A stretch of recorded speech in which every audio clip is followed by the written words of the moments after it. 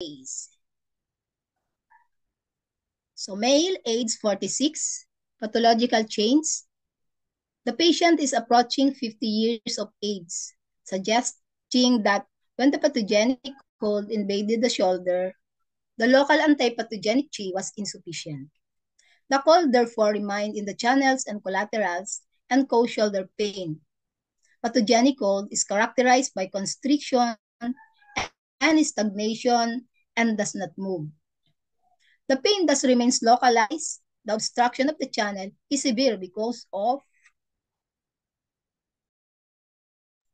the constriction, and its associated pain is accordingly severe because the original cause of the disease is invasion by external pathogenic factors. When the weather turns cold, the pathogenic factor in the channels tend to increase and symptoms worsen. Physical labor consumes the body energy and put more strain on the circulation of Qi and blood, which in turn reduces the local flow of Qi and blood. Physical stress, therefore, also make the pain worse.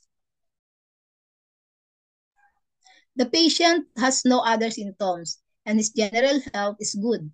Thus, the pathogenic factor has remained in the joint and has not involved any of the organs.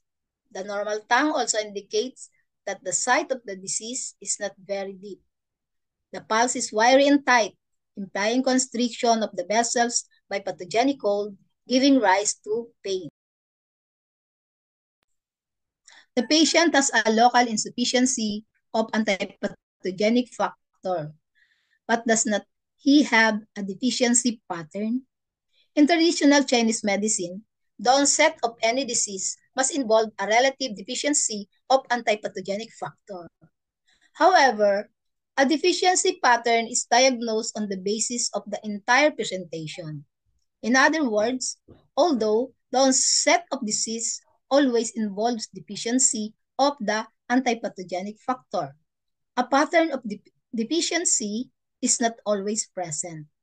This patient has no symptoms of deficiency in the organs, just a long history of local pain, which implies that the local channel Qi is not strong enough to overcome the invasion of pathogenic cold.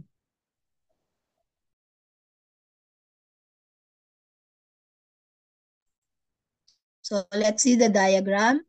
Pathogenic factor.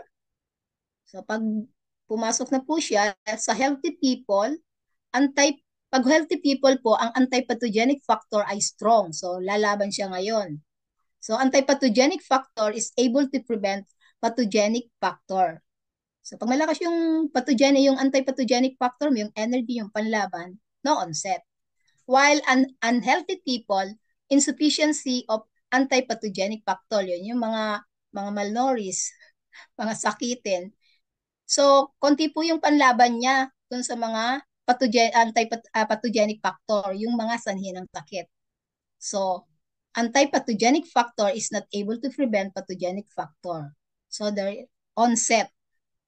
Then, no symptoms of deficiency. Then, to excess pattern.